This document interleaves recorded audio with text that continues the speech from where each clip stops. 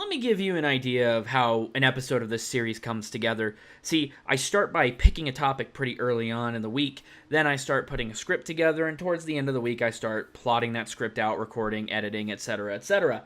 That didn't really happen that way that it's supposed to, mostly because a lot of things happened at once. There was a whole Nintendo Direct about the 3DS lineup coming in the next year that I think says a lot about the NX, and I thought that would be a great episode. And then, immediately after that, they followed up with probably the most mind-blowing Pokemon trailer that they've had since forever, and I thought, wow, I could dedicate a whole episode just to that. And then, during the Apple freaking iPhone 7 reveal, of all things, Shigeru Miyamoto, of all people, decides to walk out on stage and announce a Mario game for iOS. And let's face it, that's a whole episode's worth of content right there.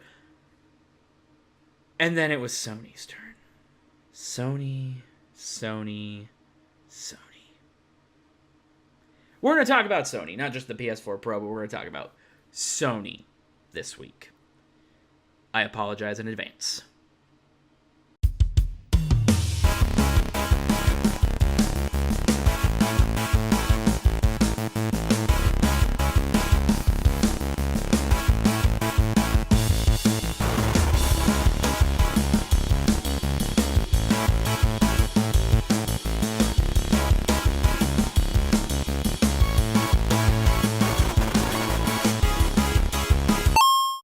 If you bought a PS4, why did you buy one? On an individual level, the answers to this are going to vary pretty much all the time. Perhaps you're a fan of the DualShock. Maybe you really like Killzone. Maybe you actually liked the PS3 a whole lot. Or maybe you have actual romantic feelings towards Shuhei Yoshida, and hey, I don't judge. But if you look at the sales data and online feedback, chances are this had some impact on your choice. This is how you share your games on PS4.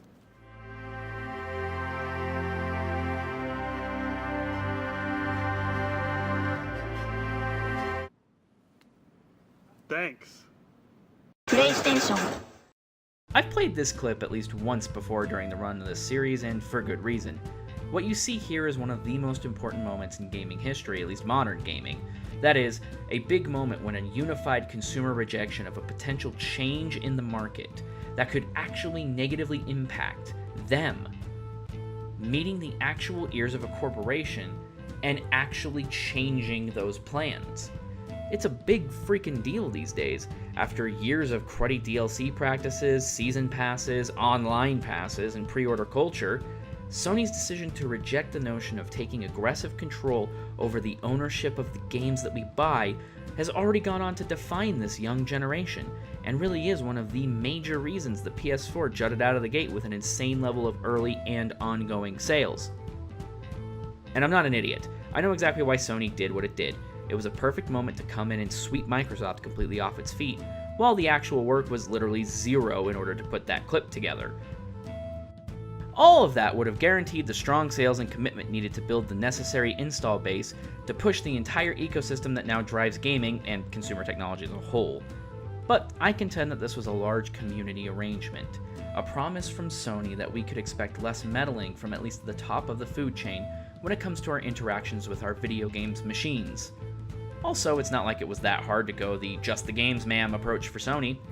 Consider the very nature of the PlayStation, which originated from a screw you, we can do that better mentality, literally to stick it to Nintendo, who ditched them on a disc-based system attachment by making a system at a solid price point, using a delivery system that allowed for more creative freedom and file size to developers.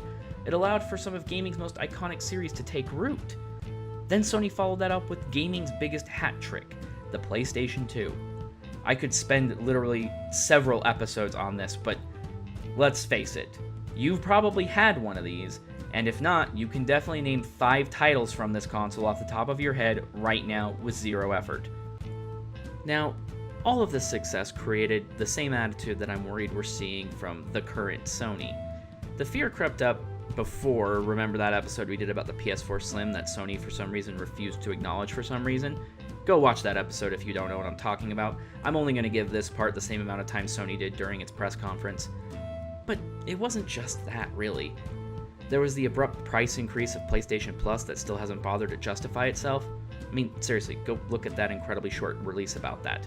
It may not seem like much of a hike on the small scale, but most price changes try to at least pull off some sort of concerted effort to justify itself.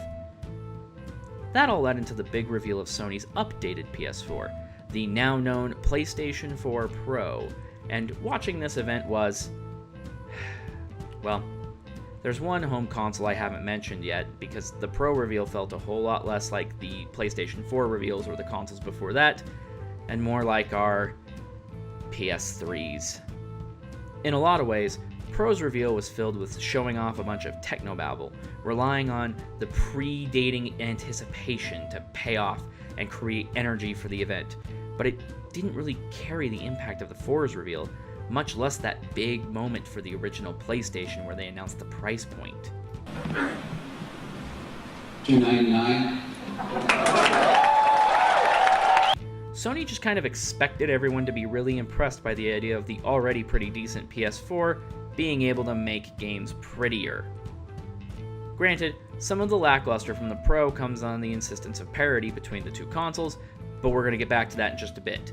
For the moment, I want to bring you back to the painful history of the PS3. Surprisingly, it's actually been a whole lot longer than you might actually remember it. But if your memory is impeccable, then you'll recall how ridiculous the PS3 actually was. The console was set to be sold originally at $599 because somehow that made sense. There was the forced 6-axis thing on the DualShock 3 that didn't go anywhere, and of course the cell processor system because making things harder for developers was a surefire way to keep the relationships that were built over 2 generations instead of encouraging them to develop for the simpler console on the side and end up prioritizing it. Basically, the existence of the PS3 gave rise to what I like to call arrogant Sony. The Sony that appears when the company decides to walk tall with the big, throbbing pride of the previous generations. The PS3 happened because Sony overreached its goodwill, and a lot of the audience revolted against that. Sony spent the entire generation working to repair that relationship, but even with decent services like PlayStation Plus, the shortfalls compared to the competition just mounted. And while it looked like Sony had pulled its head out of its rear end earlier with the PlayStation 4, the Pro reveal and everything around it just carries that same putrid stank of the PS3. Arrogant Sony expects shock and awe from things that are fairly unimpressive. It leans heavily on bloated AAA titles as opposed to an eclectic mix of games. Arrogant Sony creates uncertainty with its products, such as, giving the impression that customers might have to pay for 4K upgrades for existing games, which is a thing that actually happened immediately after the Pro was announced. And arrogant Sony imposes ridiculous standards both on their user base and developers in a bid to uphold total, impenetrable control over its platform, even at its users' inconvenience. Which means we now have to have another history lesson. Back at last year's E3, Bethesda revealed that mods like the ones found on PCs would be coming to the console versions of Fallout 4. And things went well with this plan at first. Mods appeared on Xbox One with very little issue, and Bethesda was insistent that the PS4 was sure to follow. However, weeks passed with no word on the issue outside of simple, encouraging statements basically telling us to hang tight. Then, the day after the Pro's reveal, Bethesda made a reveal of their own. Sony was preventing Bethesda from putting the feature into the PS4 version of the game, and that would be the same for Skyrim Special Edition. Hold on just a minute. Yes, I am aware that Farming Simulator apparently will get mod support of its own on PS4, and while I have changed the rest of the script to focus more on the larger issue than I intended at this point, the simple fact of the matter is that this doesn't make things look any better and instead makes it that much more complicated. What we have here is a fractured product. The PS4 versions of Fallout 4 and Skyrim will now be intentionally inferior to not only the PC version, but the Xbox One version as well, a fact that the competition had wasted no time pointing out. Not to mention, Bethesda was left to believe for months that the feature could be delivered to users, and was promised on that belief. Plus, this isn't the first time a Bethesda game has been screwed up by Sony's designs. Skyrim on the PS3 turned out to be a literal disaster, filled with more glitches that couldn't be forgiven even by the most apologetic Bethesda purist. Each subsequent DLC pack for that game saw delays as well, due to the same difficulties, all tied to the cell processor of the PS3. Honestly, While I don't think it'll happen, don't be shocked to see Bethesda's titles start to drift away from Starship PlayStation in the future. Now, the issue here might not seem like much, and I can understand why you might think that on an individual basis. Fallout isn't a system seller for Sony. Mods are far more common and used on PC, so why wouldn't people just play them on PC? And Sony does in fact have the right to set these restrictions if it chooses. But combine that with the fact that Sony has not commented on the situation at the time of this recording, and Bethesda has been unable to manage their own game with the rest of everything else. We're clearly starting to see the pattern signaling the return of arrogant Sony.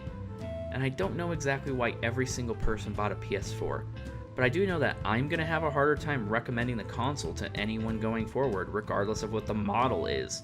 How can I when the promise of not meddling has been broken? Why should I really put my faith in Sony that the Pro will maintain parity with the standard PS4 the past a couple of years? Oh, and that'll happen, just you watch. It'll start with a feature that just needs the Pro's, whatever. Then a couple of more features, and then you'll get your first game that just has to be experienced in 4K, and then the phase out will begin. How can I have hope for the PlayStation VR when Sony has left plenty of peripherals to shrivel and die, including, literally, the very platform that the controllers used for PlayStation VR originated? And do I have to even bring up the Vita, once the best competition one could ask for against Nintendo's dominance in handhelds, now becoming gaming's glorified Chromecast? The real sad part, that is, if anyone, Sony should know better. It knows what happens when the biggest kid on the playground tries to make everyone conform to its rules and form factor. Sony is very much aware of what can happen when you unceremoniously strike down partners. The very existence of the PlayStation brand is founded upon taking advantage of that. Nintendo created its own worst enemy by stiffing Sony and developers back then, and the argument could be made that it has not recovered. I mean, Mario is an iOS game now. Sony might not want to remember its history, but the audience does.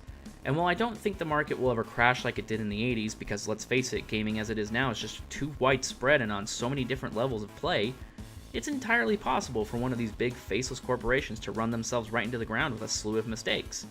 In fact, with PC gaming becoming increasingly easier to buy into, some of this crap being pulled by Sony isn't going to push people into the arms of Microsoft or Nintendo, but likely into the PC market, where there are indeed some complications, but far less meddling that's coming to define consoles. Consoles are desperate to reach the level of customer reliability seen from PC loyalists, but refuse to see what actually got that audience in the first place: freedom and decency. See, with consoles, the time was you could give up a little bit of that freedom for the convenience of just being able to plug into the TV. But in an age of splintered hardware, shut up, yes it is, if you don't believe me, imagine being 8 years old and your mom has to go buy you the right console. Constant updates, walled gardens, DLC, a bunch of the other stuff I said at the beginning. There's just no room for convenience. Just arrogance. Oh, and The Last Guardian got delayed again, just to make sure we all get kicked while we're down.